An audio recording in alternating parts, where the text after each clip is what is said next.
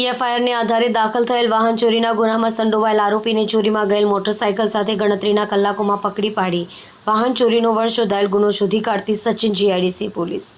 માનનીય police commissioner Anupamsinh Gehlot, સંયુક્ત police commissioner sector 2,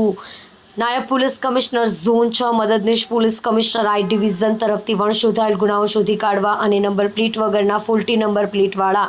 અને શંકાસ્પદ વાહન ચેક કરતા ગુનાઓ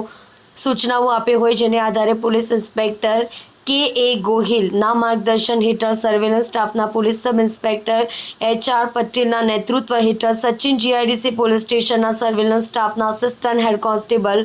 Arjanbhai Jesabhai, assistant head constable Anilbhai Sendhabhai નાઓએ ટેકનિકલ વર્કઆઉટને આધારે મળે સંયુક્ત બાતમી હકીકતને આધારે સચિન જીઆઈડીસી પાલીવાલ 4 રસ્તા પાસેથી તાજેતરમાં ईएफआईआरને આધારે દાખલ થયેલ વાહન ચોરીના ગુનામાં સંડોવાયેલ એક આરોપીને ચોરીમાં ગયેલ મોટરસાયકલ સાથે ઝડપી પાડેલ છે.